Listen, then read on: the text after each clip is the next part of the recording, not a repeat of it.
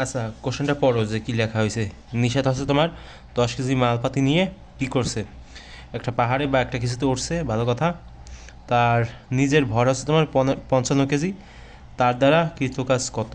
ঠিক আছে, তোর কৃতকাজের সূত্র আমরা আগে দেখছি, 1 নম্বরে দেখছি, এখন আবার আমরা দেখব কি দেখব যে ডব্লিউ সমান সমান mgh। এই সূত্র মাথায় গেঁথে রাখো। এই সূত্র বারবার পড়াচ্ছি কারণ এই ম্যাথগুলো খুবই খুবই খুবই খুবই কমন, সেজন্য করাচ্ছি। আচ্ছা, mgh, ঠিক আছে, ভালো কথা। তো দেখো এখানে এম কত হবে বলো তো। তোমরা অনেকে বলবা কি, আরে ভাই এখানে 55 কেজি, আরে ভাই এখানে 55 কেজি কিন্তু হবে না।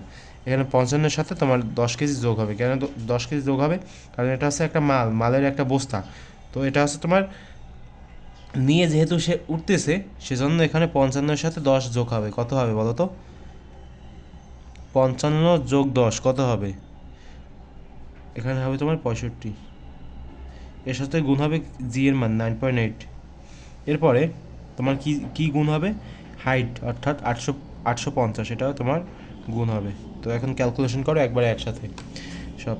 এই যে এইভাবে ক্যালকুলেশন করো, 65 গুণ 9.8 গুণ হচ্ছে তোমার 850, কত আসে দেখো তো। একটা সাধারণভাবে একটা সংখ্যা আসছে, মানে কতগুলো সংখ্যা আসছে, কিন্তু এখানে কিন্তু সেই ধরনের কোনো বিষয় টিষয় নাই। তো কী করতে পারো, ফরম্যাটে প্রেস করবা।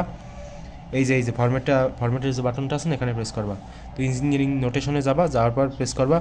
প্রেস করে তোমরা দেখবা যে কোনটার সাথে এটা মিলে যায়।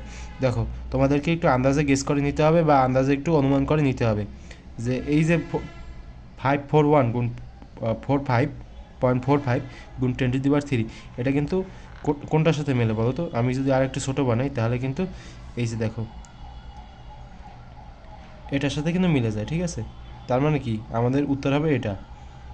ঠিক আছে, তো তোমরা চাইলে হাতে, মানে হাতে বলতে হচ্ছে তোমরা খাতায় করে এরপর তোমরা আরও ছোটো করে নিতে পারো ক্যালকুলেশনের ওপর, যদি তোমাদের এত ভরসা না হয় তাহলে, বা তোমাদের কাছে যদি একটু কঠিন লাগে তাহলে।